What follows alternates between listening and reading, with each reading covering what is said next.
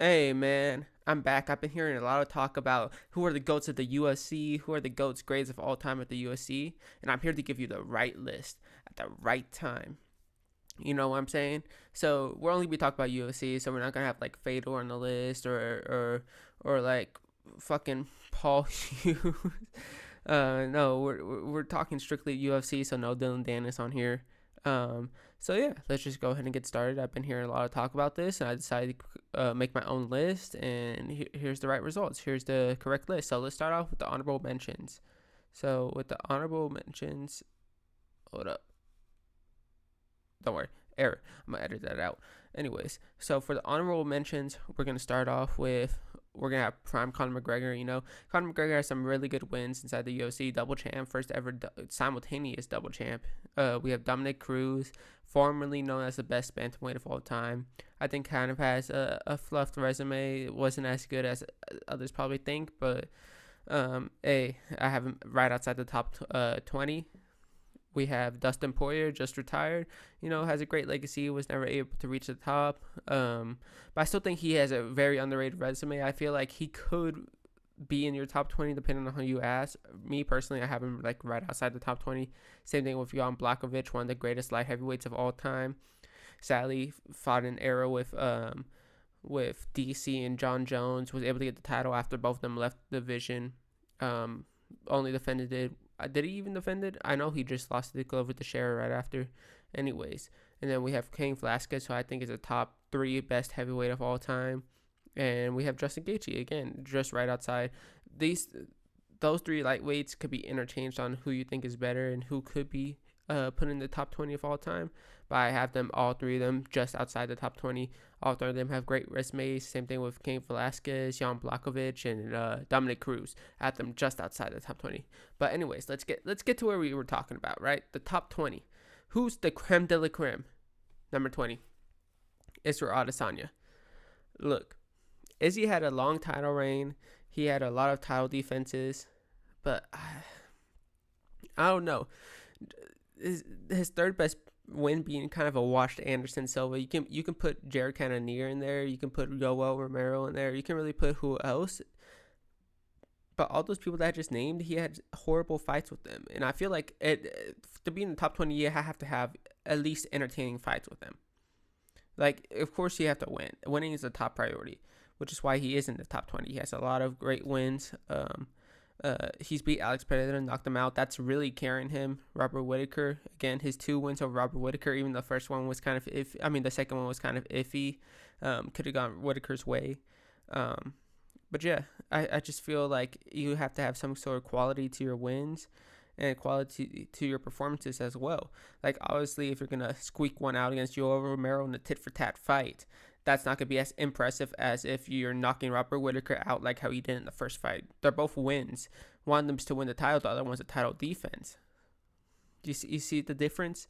And Anderson Silva, yes, he was kind of washed. I'm still gonna put this as one of his best wins though. However, because one, it is still a big name on his resume, and then 2, he did show out. He did have a pretty good performance. It wasn't boring like how the Yoel Romero or Jared Cannonier fights were, but it's still an impressive win. You know, so let's get on to who's next. Who's number 19? Jose Aldo. Look, listen, man, listen. I know a lot of people have Jose Aldo in their top 10. Some of them may even have him in his top 5. I have him at 19, and it's not recency bias either. I know he did great outside the UFC and the WEC before the UFC combined with the WEC, and he was undefeated for so long, 10 years. But I can't help but notice that whenever he did face tough competition inside the UFC, he did kind of come up short against the likes of, and this is in his prime too, Conor McGregor, right? Got knocked out against Conor McGregor. Okay, 19 seconds could be kind of flukish. I can understand that.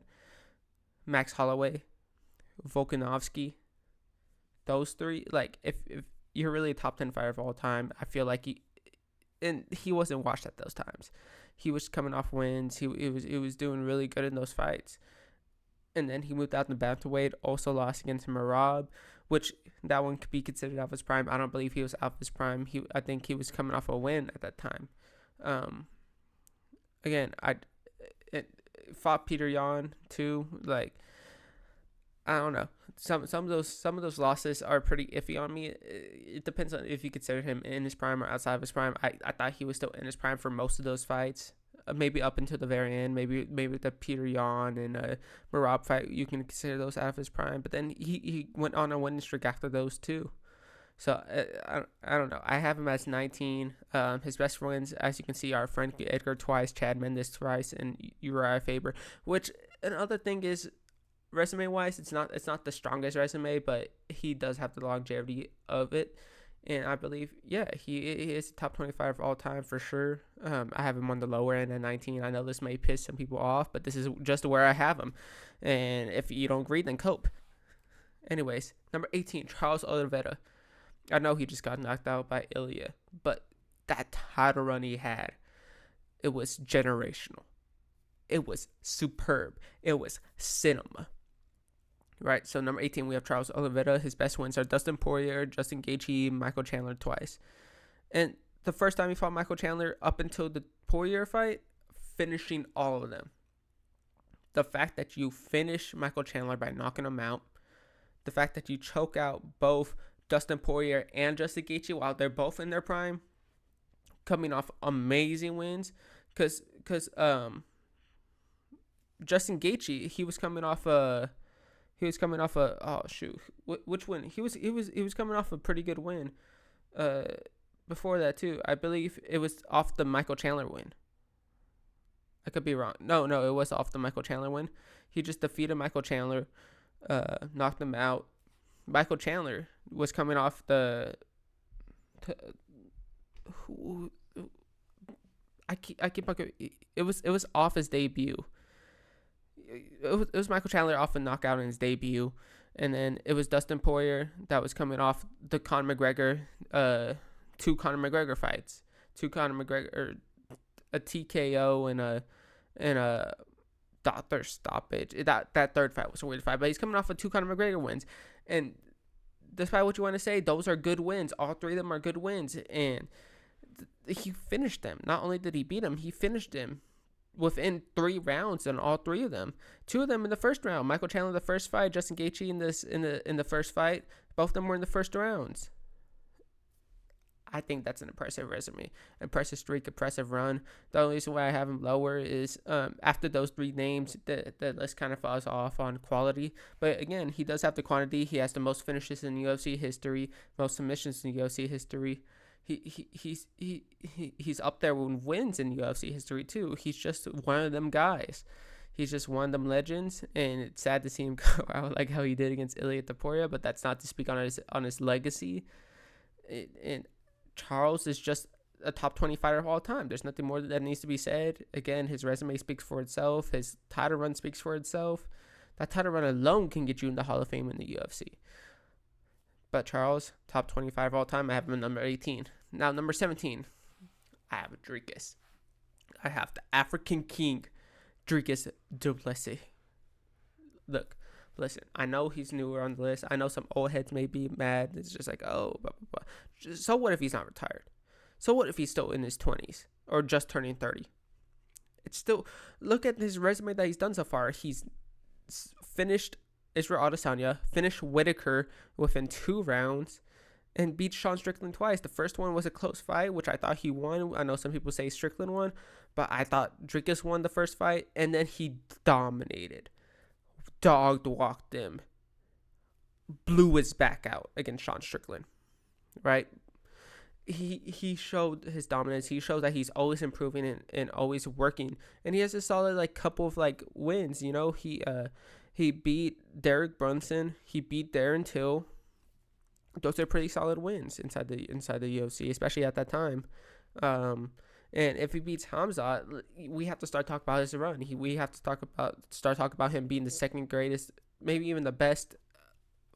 The best middleweight of all time. His resume against 4 former champ wins, with Sean Strickland being twice, and beating one of the most dangerous talented up-and-comers in UFC history in Hamza Chimaev, that has to be talked about. Just his dominance against some of the best competition the UFC has ever seen. I believe he's already up there in the top 20, and I have him at number 17. And he can go way higher after he beats Hamza, which I do believe he will be. Even though that's such a close fight to call, but that fight's in a couple of weeks. But we'll see what happens. Anyways, let's continue to number 16. I have Francis Ngannou. Look, I know he's not talked about enough. I don't see him as in too many top 20 lists. I believe Francis Ngannou is one of them guys, one of the best heavyweights of all time. If he was in the UFC for longer, I feel like he would be recognized as the best heavyweight of all time. He was so dominant up until his leaving the UFC. Even showed that he was improving with his ground game against Cyril Gane, where he was able to take him down and control him on the ground throughout the whole fight. And his resume is solid too. He has Stipe Miocic knocking him out in their win. Same thing with Cain Velasquez and Junior Dos Santos. He has a solid resume at heavyweight. He was dominant to when he was the champion. The only person he lost to was Stipe. And Derek Lewis. Didn't he lose to Derek Lewis? That was just such a weird fight. Derek Lewis's back was broken or whatever. But again, such a dominant champion too. Like, there was no one that we saw beating him anytime soon. Granted, we didn't know how good Tom Aspinall was at that time, but we didn't see anyone defeating him soon. John Jones was ducking him, avoiding going to heavyweight. He left the UFC. Even I'm not even accounting this, but even his boxing, what he did against Tyson Fury was so crazy. No one ever expected that. Granted, he got knocked out against Anthony Joshua, but then just dominated in his first fight in the PFL against that tall monster. I don't remember his name. I think it's something Ferreira. But Francis Ngannou, definitely a top 25 of all time. Definitely is underappreciated, underrecognized, and I believe would give Tom Aspinall a run for his money. That's a fight that I want to see, that I need to see, but knowing the UFC, we probably wouldn't get it. Anyways, let's continue. Number 15, Anderson Silva. Again, might pissing people off, but he's definitely on the lower end. And as you can see by his top 3 wins, he has the longevity. He has the longest winning streak in UFC history. But he just doesn't have the best of names on his resume. I'm sorry. It is what it is. Crucify me. It is what it is. He doesn't have the best resume in UFC history. Yes, he has the wins, but it's not like crazy. He beat Vitor Belfort, Chael Sonnen twice, and Demian Maia. And even the Chael Sonnen fight, he was losing up until the very end, up until he submitted Chael Sonnen. I'm not going to count that as a loss because, like Chael said, should have just ended the round, not the whole fight. Real ones know that Chael Sonnen's still undefeated. Anyways, Anderson Silva, yes, he was good. Yes, he was dominant. But at the end of the day, any of these fighters above him, or even if it's like Dricus, around that time against the competition, I believe could do something similar. Maybe not the exact same way Anderson Silva was, knocking everyone out and barely getting hit. But there is something that needs to be said, that after he lost, he did go on a losing streak and was win-loss.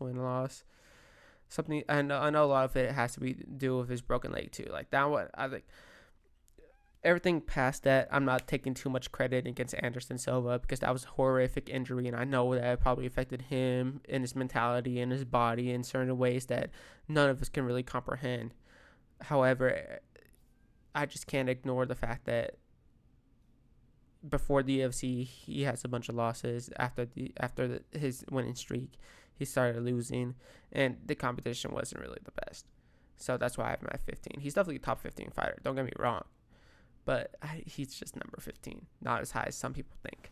Anyways, let's continue. Number 14, Max Holloway. Max Holloway, top 3 wins. Jose Aldo twice, which is very impressive. Justin Gaethje, which is probably his most impressive win, in my opinion. And Frankie Edgar, right? You can throw Dustin Poirier in there instead of Frankie Edgar, but it was Dustin Poirier's retirement fight. He was 1 foot in, 1 foot out. I feel like the Frankie Edgar performance is probably more impressive considering the circumstances. But if we're going name-wise, you can throw in Dustin Poirier. But Justin Gaethje, I think, is his most impressive win. Justin Gaethje was getting ready to fight for the title, fight Islam Makhachev. He was coming off a Dustin Poirier knockout when Dustin Poirier wasn't 1 foot in, 1 foot out. It was right before Dustin Poirier actually fought for the title, or fought BSD to fight for the title. That, and not only did he win, but how he did it, he dominated 4 rounds to 1, and then knocked him out in the very last second. He really beat him twice, one on the scorecards and one by knocking him out in the very last second. The way he did it, the greatest knockout in UFC history. Max Holloway, definitely a top 15 fighter of all time. The only reason why, again, he's not higher is I guess similar to Jose Aldo. When he faces the top guys, he does come up a little bit short, like Volkanovski 3 times. That has to be said. When he lost against Ilia Topuria, getting knocked out, it has to be said that he wasn't able to beat those guys. He does, even when he was younger, he does have some losses on his resume, like against Dustin Poirier the first time, to where I'm not really counting too much. Same thing with Conor McGregor, because he was just so young, so new to the UFC. I believe he was still in his like early 20s when he was fighting those grown men at the time in their prime. And it also needs to be said that the second Poirier fight, even though it was on short notice, that has to mean something. It was his lightweight debut, and he ended up losing in a very close fight, which is again pretty impressive for a prime Dustin Poirier too.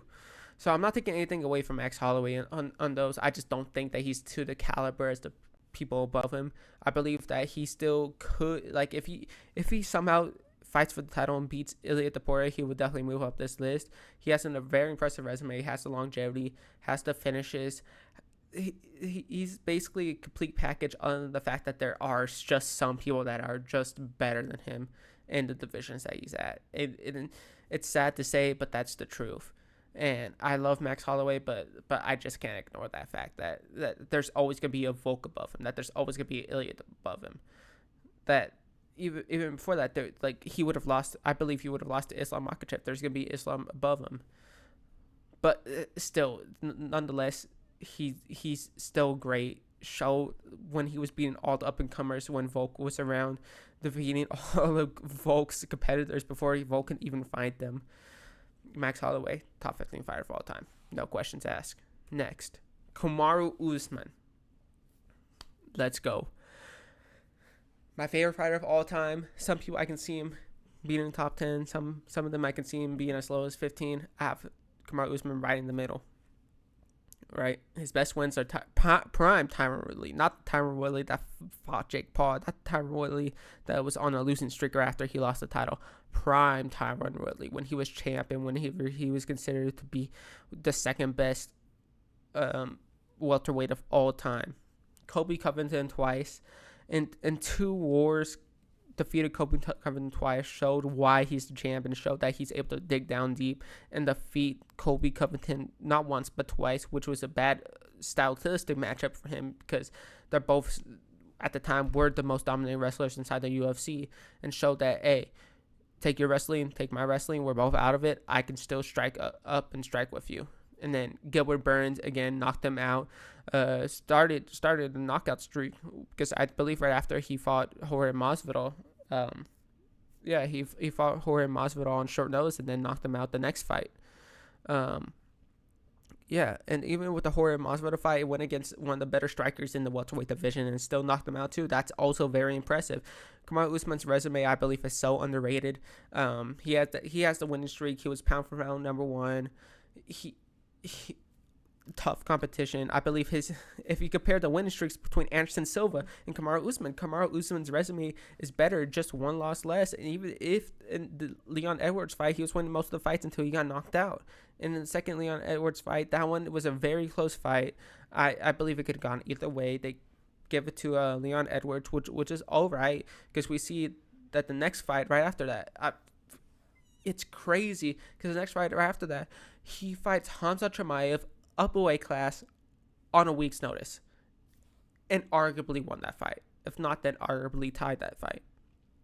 They gave Hamza the win, which is fair. I understand why, but I believe I saw Kamaru Usman winning winning the fight. I believe it was five rounds. Kamaru Usman would have won the fight, and that's so impressive up a weight class on short notice. And that can't be underestimated.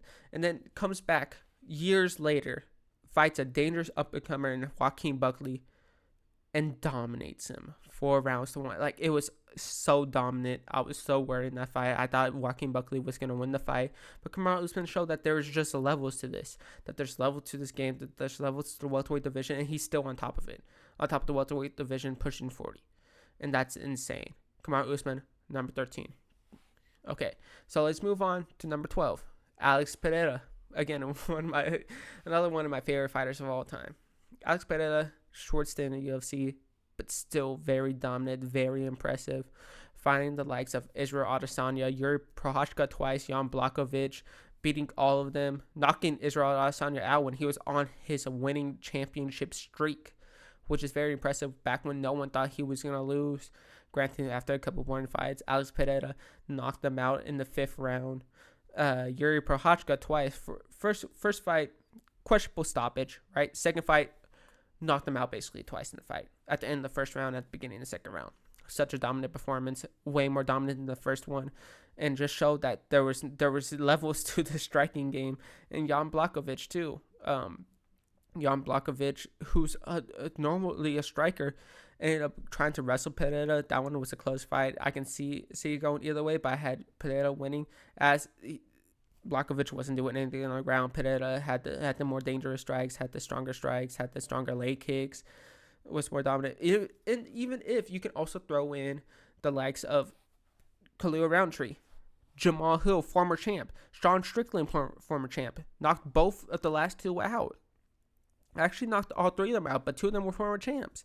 He's already fought, how many former champs? He's fought 3 on the list and 2 outside. He's already fought 5 former champs within, I think, 9 fights. 9 fights, 5 former champs. Technically, one of them was twice, so 6 former champs. That's crazy. That's insane. And not only that, he's winning them more often than not. He's only lost twice inside the UFC. One against Magomed Ankalaev in a very close fight that could have gone either way. Personally, I thought Alex Pereira won, but I can see how people say Magomed Ankalaev won. We'll see how he does in the rematch. And Israel Adesanya, he got knocked out. It is what it is. Things happen. But it's still very impressive on the short things that he's done inside the UFC at the short amount of time that he's been inside the UFC. And he's definitely a top 15 fighter of all time. I don't care what anyone says. He is. He's so dominant. He was so dominant. No, people were talking about him moving up to heavyweight and winning his 3rd belt. Unseen, unheard of, crazy. Anyways, let's move on to number 11. Look, listen, this is gonna get people mad. This can get some people's panties in a bunch. Okay, I have Khabib Nurmagomedov. How about these? Bless me. Anyways, I have Khabib Nurmagomedov. Khabib, he's just outside the top 10. I'm sorry. You can see his 3 best wins are very impressive. Dustin Poirier, Conor McGregor, Justin Gaethje. But outside of that, what's his next best win? Ale Quente? RDA? I'm sorry. Like, there needs to be quality to the quantity. Yes, Khabib, 29-0, very impressive, very dominant at the time. He barely has lost a round. Probably only lost like 1 or 2 rounds inside of his whole career. But his early days, he was kind of stat padding. I'm sorry, he was kind of stat padding in his early days. Someone needs to say it. Let alone, he was very impressive. Very, very strong mind. We can see that within his coaching the likes of cousin Umar, Usman Nurmagomedov, and of course Islam Nurmagomedov. All of them, well, not all of them, 2 of them being champs in their respective companies, and cousin Umar just losing his most recent title fight against Marab. But all very impressive fighters. We can see that inside his mind, but that's not going toward his resume at all. Khabib, dominant, very strong force. I believe he could be a top 5 fighter of all time if he was fighting longer. And it's very understandable on why he didn't. He made a promise to his mother after his father passed, and it's very understandable.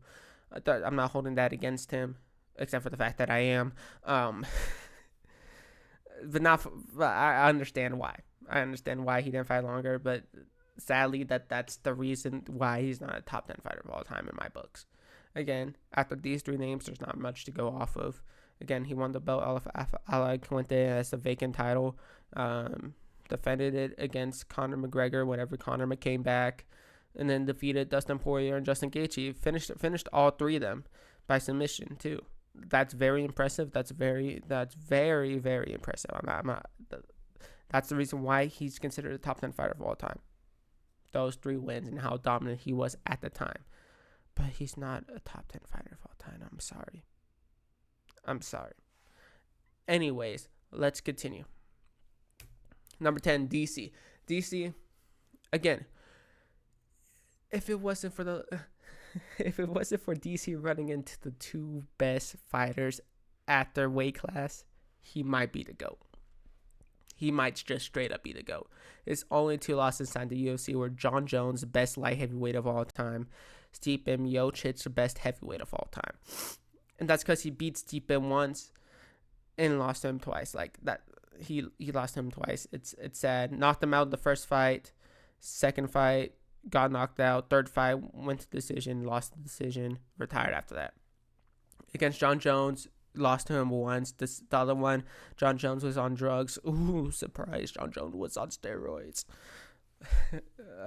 But besides that, besides that, DC went defeated on his top three wins. Of course, he has Stipe. You have Anthony Joshua twice and Frank Mir. DC, dominant wrestler. Actually developed a pretty decent striking game too as well. That's something that needs to be said. Went to it as a very dominant wrestler. Ended up getting knockouts towards the later half of his career. Very impressive fighter. Very, very good fighter. I believe that, again, if he didn't run into the two greatest of all time at their weight classes, then he probably would be the GOAT. That's just something you can't hide away from it. No drug issues, nothing like that. Again, just unfortunate circumstances, but this is where I have DC 10. And the guy above him, Pantoja. I forgot Pantoja was here. I knew he was here, but I forgot. You'll see what I mean. Alexandre Pantoja, again, still fighting right now. Could move up the class. But again, there's something that needs to be said about Pantoja's dominance. Is lapping the division. You can see, beat Brandon Moreno twice, beat Brandon Royval twice, beat Kyle France just most recently, dominated him within 3 rounds. Kyle Sakura also dominated him. One of the best fighters outside of the UFC, dominated him. Steve Erceg, yes, he won that fight barely, but still, there's something that needs to be said that even going up to fight for the title, he was dominating everyone. Like Brandon Royval, he fought him once, beat him, and then fought him again when he was champion and dominated him. Same thing with Brandon Moreno. Both those fights were really close, but he's beat Brandon Moreno really, if you think about it, really 3 times already. Beat him on tough, beat him to get Brandon Moreno kicked out the UFC, and beat Brandon Moreno for the title. That's generational haters, but hey, it is what it is. I like both Brandon Moreno. I like both Alexandre Pantoja. Interesting rivalry, but Alexandre Pantoja just has had the one up on him, and has the one up on everyone really. And even his most recent performance in Kyle France, again, just how dominant he was, it just shows that he's still improving, that he's still at the top of his game. And something needs to be said that he's also 36 and still winning at a high level. He's still the champ. He's still fighting younger people than him and still dominating harder than he ever has. It's insane. He's definitely a top 10 fighter of all time, and I'm tired of him getting disrespected. He just moved in the top 5 pound for pound list. I believe he should be top 3. Well, top 2. No, top 4. Top 4. I'm going to say top 4. But, again, it's insane on how disrespected he was for a while. I'm glad that he's finally getting the respect, but he's definitely top 10 fighter of all time. Again, just his dominance. The only person he's lost to inside the UFC was Deiveson Figueiredo. And Deiveson Figueiredo was also a former champion at this weight class Besides that, Alexandre Pantoja, dominant. Don't see him losing anytime soon. Just an amazing all-time fighter, and people need to recognize that. Him versus DJ would have actually been a very close fight, and honestly, I might lean towards Pantoja in that. But I still need to see some more. I need to see some more dominance. I would like to see him move up a weight class and fight Marab.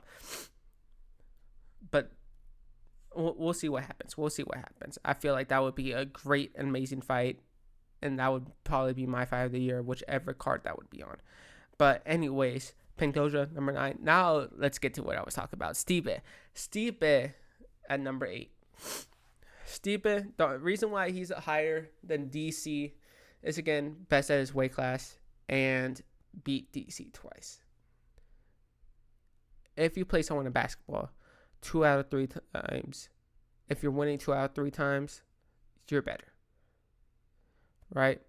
Let alone, like, if Michael Jordan and LeBron were to play basketball and Michael Jordan beat LeBron 2 out of 3 times in one-on-one, he's a better one-on-one basketball player. It is what it is, but that's just how it is. DC lost to him twice. Stipe is better. Not only that, before that, his resume is also very good. Beat Francis Ngannou the first time. That's impressive because Francis Ngannou at that point was a very dangerous up-and-coming fighter that everybody thought Francis was going to win that fight. Stipe ended up beating him. I believe he was the underdog going into that fight and still beat him. Beat Junior Dos Santos. Beat a lot of amazing fighters. Again, he has the most title defenses at heavyweight history in the UFC. That's very impressive considering that the heavyweight division is a very wish-wash division to where 1 week can be this. You usually only see like one, at most like 1, 2, maybe if you're lucky, 3 title defenses in a row. Stipe, I believe, has 5 title defenses, 4 or 5, which is very impressive for the heavyweight division. Again, just very smart, very athletic in his prime, just a very impressive fighter. And again, those 2 DC wins and that Francis win is just so impressive, especially considering the circumstance, to where DC, coming off a win against him, fought him again, knocked him out, and then fought him again, won by decision, and retired DC. And Francis Ngannou, dangerous up-and-comer. Francis in his prime, beat him. But anyways, let's continue next to number 7. I have Ilia Topuria here. Okay? I got Ilia Topuria here. Look, listen. Everything that I said for Khabib Nurmagomedov, everything that I said for Alex Pereira, just so dominant in the short stint that they've had, Ilia Topuria is the definition of that. Look, listen. I know with Khabib, I said after those 3 names, it kind of falls off a cliff. You can say the same thing with Ilia Topuria. But just those 3 names are all-time wins. All 3 of these fighters are top 20 fighters of all time. And I know we haven't got to Volk yet. You'll see him later. But all 3 of them are top 5 fighters. Are top 10, 15, 20 fighters of all time. You can really put them anywhere. But all 3 of them are for sure top 20 fighters of all time. You can't say the same thing with Khabib. Khabib, all of his best ones were left off the list. Just simple as that. Volkanovski. I don't want to spoil it. But here's the spoiler. Top 5 fighter of all time. Max Holloway. Top 15 fighter of all time. Charles Oliveira. Top 20 fighter of all time. And not only is he beating them, he's knocking them out. He's knocking them out cold. The only person that did get knocked out cold was Max Holloway. But he still got knocked out. And he has the greatest chin in UFC history. That's insane. And I'm not a big fan of Ilia, right? I mean, I'm starting to become a little bit of a fan. But I'm not, I was a hater at one point. I was upset that he was knocking out my favorite fighters. He was knocking out Volk. He was knocking out Max. He was knocking out Charles. And just the way he was doing it. I was sad, but I was also very impressed. And there's something that needs to be said. Knocking out prime Volkanovski. Yes, there's circumstances behind it, getting knocked out by Islam beforehand off a short notice. But still, at the featherweight division, he was undefeated. Dominant champion. And even his next fight came back and won the title back. He still knocked him out cold. Max Holloway coming off the best win of his career against Justin Gaethje, knocking him out within the first 4 rounds. Charles Oliveira knocking him out in the first round, up a weight class for the title. Charles Oliveira, who maybe you consider him washed, but he's coming off a win, barely a loss to Arman, which some people say that they can see Charles winning. I thought that was a close fight. I would need to rewatch it again. I believe I see Arman winning more, but still, it's such a close fight against Arman, who's the best up-and-comer in that division before Ilya came along. And before that, just lost to Islam. Again, you got to realize that he just what Ilya's doing is crazy, unprecedented, and so impressive in the short amount of time that he's doing it. And he's still only in his 20s. That's the crazy thing. He's still only in his 20s. He can move up. It depends on when he wants to retire. I believe he's going to retire sooner rather than later, which is sad because he's still super young. But I have Ilya Topuria here at number 7. And he can move up higher if he faces someone if he beats Arman, if he somehow moves up and faces Islam and beats him, there's no doubt that he might be the GOAT. He might just be the greatest of all time. But anyways, let's move on. And I have his Georgian brother with him, Merab Dvalishvili. Yes, I have Merab over Ilya. Look, and here's the reason why. Merab, just everything that I said with Ilya, yes, he's not getting the finishes. Yes, they may not be as strong of names because there's no better three-peat than what Ilya has in UFC history. But Merab's been doing it longer against still amazing championship fighters. Beating Sean O'Malley twice, submitting him the first time. 50-45 in Peter Yan. 50-45 in Peter Yan. You don't know how impressive that is. Probably the best performance you'll ever see in a 5-round fight from Merab Dvalishvili. 50-45ing the former champion Piotr Yan, who's probably next in line to fight for the title after Corey Sandhagen. And that's saying something that Peter Yan was able to recover after that and still is going to be able to fight after the fight for the title. That just shows that Peter Yan wasn't even washed. He was still in his prime. Henry Cejudo, yes, you can put him there. You can also put Jose Aldo. Both of them are older. Henry Cejudo just coming off a loss after he came back from retirement. Jose Aldo moving down a weight class. Yes, you can say that they were older, but they were still former championship fighters and bad matchups for Merab, and he still won. It's virtually impossible to take down Jose Aldo. Still beat Jose Aldo. Former gold medalist champion Henry Cejudo dominated him in the wrestling. You can also put Umar Nurmagomedov. The only reason why I don't have Umar on here too is because Umar's still young, and the only person that he beat with notice is hold up, I dropped something. Ignore that. The only person he beat of notice is really just Corey Sandhagen, but we all know how good Umar is, and we know that he's gonna fight for the title again. We know that if he beats Merab, or even if he loses and Merab leaves and he becomes champion, we're gonna see how dominant of a champion he is. Again, these are all impressive wins. He has so many championship wins before he even fought for the championship, because the UFC didn't really want him to fight for the title because he wouldn't fight Aljamain Sterling, and after Aljamain lost, they really were trying to avoid Sean versus Merab, and we saw how that turned out. Again, I believe he's the top 6 fighter of all time, and just the way he's doing it, how impressive, how dominant. He's beat everyone in his division, and it's known as probably the toughest, strongest division to a lot of people inside the UFC right now. That's the thing. A lot of people consider the bantamweight division one of the most skilled divisions in the UFC right now. And that needs to be said, that he's dominating the most skilled division inside the UFC. Personally, I may not agree with that statement, but it's definitely close. It's definitely a top 3 most skilled division in UFC. But anyways, let's go ahead and move on to top 5. Listen, man, I have DJ. I have Demetrius Mighty Mouse Johnson at number 5.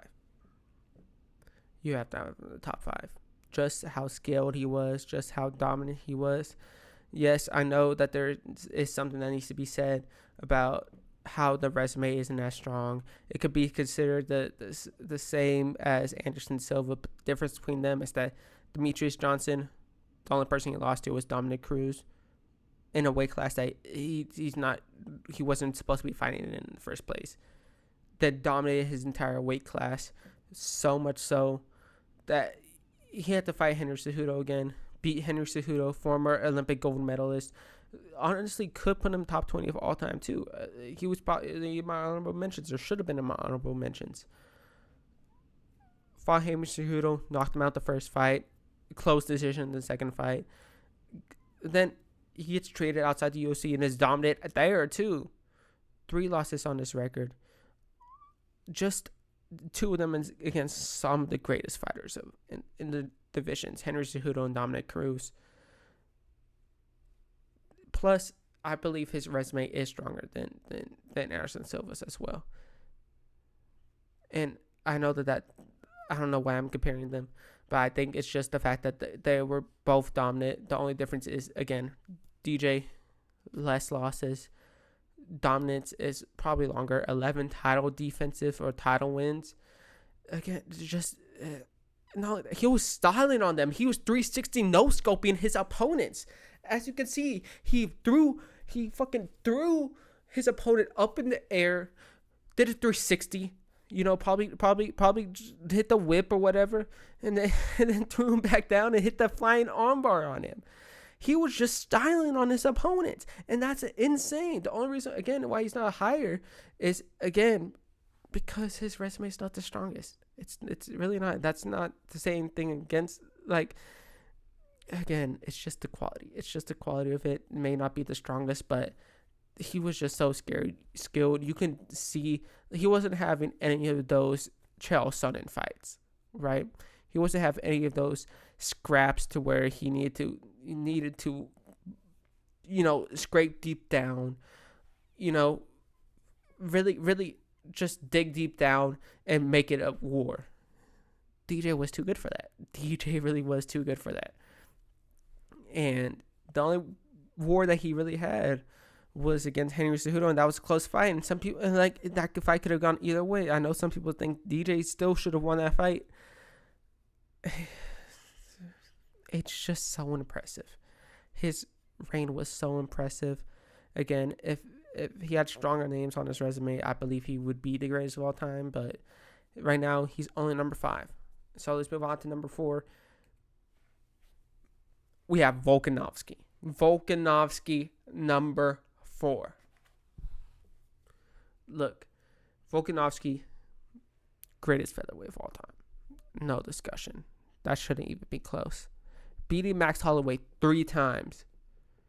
Not once, not twice, but 3 times. Max Holloway. And this is prime Max Holloway too.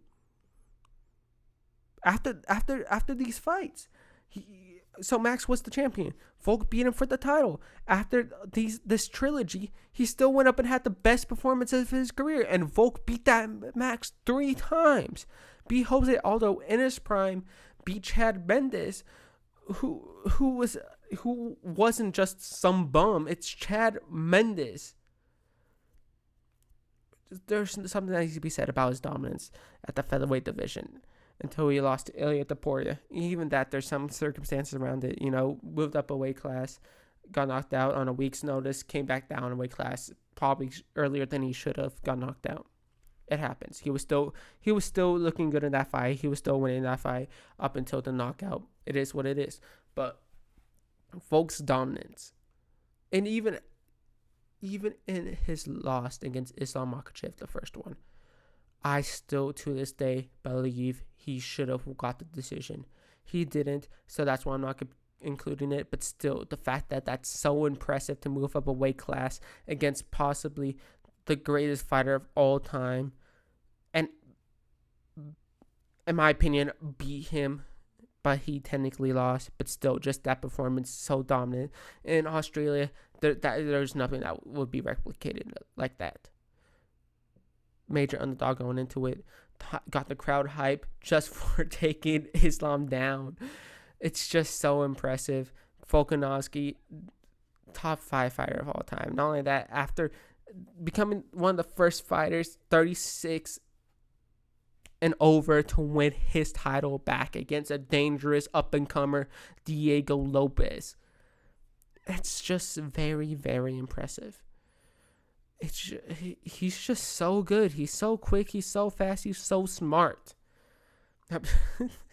All glaze to my glorious king, Volkanovski. No, but in all seriousness, he's top 4 of all time. It's just very impressive what he's done, how dominant he's been. Yes, he is on the older side, but he's still showing that, hey, he still has it against a young up-and-comer like Diego Lopez, which isn't a shabby win at all. So let's move on to the top 3, right? Right above him, the person that beat Volk twice, we have Islam Makhachev. Beat Volkanovski twice. Second one, you can kind of say iffy. First one, again, like both of them have some sort of circumstance around it, but at the end of the day, it counts on Islam's record twice.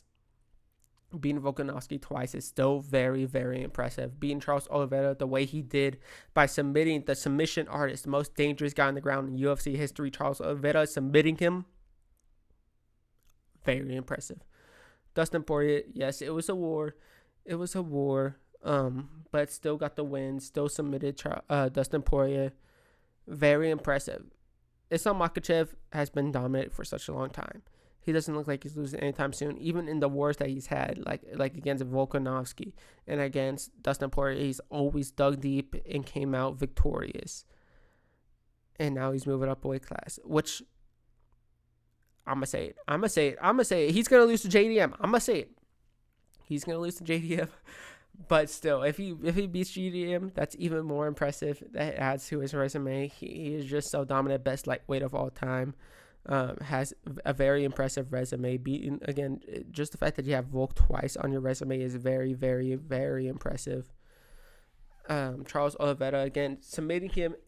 You can say against Ilia Topuria, maybe Charles was out of his prime. Charles Oliveira was a champion, dominant champion. Just submitted Justin Gaethje, knocked out Michael Chandler, and submitted Dustin Poirier. And then he submitted Charles Oliveira. That's very impressive. This is why he's top 3 fighter of all time. He's still dominant. Still hasn't lost since he got knocked out by Alexandre Pantoja way back in the day. But that was when he was a youngin. That was when he was a young Islam. But after that, again, just went on such a dominant run. Doesn't look like he's going to lose anytime soon, except for JDM. But anyways, let's continue. Let's move on to the next fight. Or not the next fight. The next fighter, top 2 of all time. Listen. Number 2, Jon Jones. He's not the greatest of all time. I don't care what people say. He is not the greatest of all. I just realized I got the numbers, like the colors switch up. Bronze was supposed to go to Islam. Silver was supposed to go to Jon Jones. Anyways, Jon Jones isn't the greatest of all time. Beat DC twice. Beat Rantape Jacken. Beat Lyoto Machida. Beat Gustafsson twice. Beat Dominic Cruz, which really should have lost. Beat Cyril Gane. Very impressive. Very dominant at the higher weight classes, which is hard to be dominant at because of how powerful people are. Still dominated. Still second greatest of all time. His resume is just not as strong as people probably think it is. Outside of DC and Rampage, it's not as strong as people again just probably think it is. Jon Jones, again, there's questionable acts that he's had, like the PEDs. That's something that needs to be in consideration. Had issues with PEDs, had the most failed drug tests in UFC history. And maybe it could also just be biased that I just don't like the guy. He's a horrible person. But there's something to be said about PEDs. Very strongly lost to Dominic Cruz. I'm not Dominic Cruz. Dominic Cruz. I don't know why I was thinking of wait. Dominic Reyes. I kept on saying Dominic Cruz. Dominic Reyes. Very strong loss to Dominic Reyes. Definitely lost that fight, but it is what it is. They gave the score to John Jones, ended up ducking him, moved up against Cyril Gahn, and then again, the main reason why he's down here is just the way he handled the Tom Aspinall situation. He could have just retired and just said, "Yeah, I'm retired after this fight," but instead he wasted Tom Aspinall's career, and we all know he would have lost that fight. Right? I feel like it would have been better if he would have just fought him and lost, because if it was a close fight, then we'll be like, okay, you lost against one of the greatest heavyweights of all time. Who's going to be one of the greatest heavyweights of all time? It is what it is. John Jones, even after the Cyril Gahn fight, even after all of this, I still had my number 2 on my personal list. Again, something that needs to be said about the PED use, and something that needs to be said about the guy above him, GSP. GSP is the greatest of all time. I've been saying this. I've been saying this. Beating Matt Hughes. You can point out to his 2 only losses. He redeemed them. He redeemed them by knockout. Not only did he, yes, he lost his titles, but he also got them back and redeemed them via KO. He beat BJ Penn twice. Prime BJ Penn, who was a monster. Carlos Condit, Matt Hughes, which is probably top 3 welterweights of all time. Moved up a weight class, knocked out Michael Bisping. No, submitted Michael Bisping. He knocked them down and then submitted him. Beat Michael Bisping for up a weight class after a 4-year layoff, and then retired again with the title. He's just the greatest of all time. There's nothing else that needs to be said. He's the best of all time. No drug allegations. Never failed a PED test too, if that's something that you care about. Just again, the best fighter of all time. Nothing more needs to be said. So now let's do something fun, right? Let's do something fun. And I wrote down every person that I think could enter the top 20 greatest of all time per weight division. Right? So let's take a look. We have Joshua Van at the flyweight division. Joshua Van is on a great run. He's going to fight Pantoja for the title, which I think is going to be a close fight, and that's going to be a good fight. I think Pantoja may win, but if Joshua Van wins and goes on a dominant run, who knows? He could be top 25 for all time. Umar, I've already talked about Umar. Umar is just the only other person I can see beating Merab, or rivalry Merab, who I believe is a top 6 fighter of all time. He definitely has a chance. This one, John Silva, just looks so dominant, so powerful, so quick. He reminds me of like a young Volkanovski with just power in his hands. Just all around well-rounded fighter, very smart, high IQ, very strong, very great on the ground. Amazing stand-up. I believe he's gonna beat Diego Lopez and Volkanovski and win the title and go on a dominant run. We have Arman Sarukian, who's probably the best upcoming lightweight in the division. I believe he'll probably lose to Ilya. I'm not gonna lie, he'll probably lose to Ilya, but he's probably the toughest competition Ilya has faced while being probably the best wrestler at the division. Right? We also have JDM champion already. Easily, I believe he beats Islam, and then let's say Ilya moves up. If he beats Islam or Ilya, amazing. If he beats Islam, because he's gonna fight Islam next. If he beats Islam, and then really anyone else, like who else could he face? He could face he already beat Bilal Muhammad. If he faces Usman, that's a good name on his resume. If he beats who's the number? I'm blanking on his name. American wrestler. What's his name? Just fought Leon Edwards. Anyways, if he beats him, that's good on his resume. Ian Gary, Shavkat Rakhmonov, I believe JDM's one of those fighters to where after he beats Islam, only time will tell how dominant he is, and I just don't see him losing anytime soon. Just the way he handled the ground game against Bilal Muhammad and stuffed all the takedowns. Even when he did get taken down, he got up super quick. Very dominant striker, very amazing boxing. I believe he's gonna be dominant for a while. Hamzat Chimaev, again, just probably the strongest, most hyped, up-and-coming UFC fighter in UFC history. Has all the talent in the world, has all the strength, amazing wrestler, very quick finisher. Hamza Chimaev could, if he beats DDP and goes on a dominant run too. Which if he beats DDP, I don't see anyone beating Hamza Chimaev. I'm not gonna lie.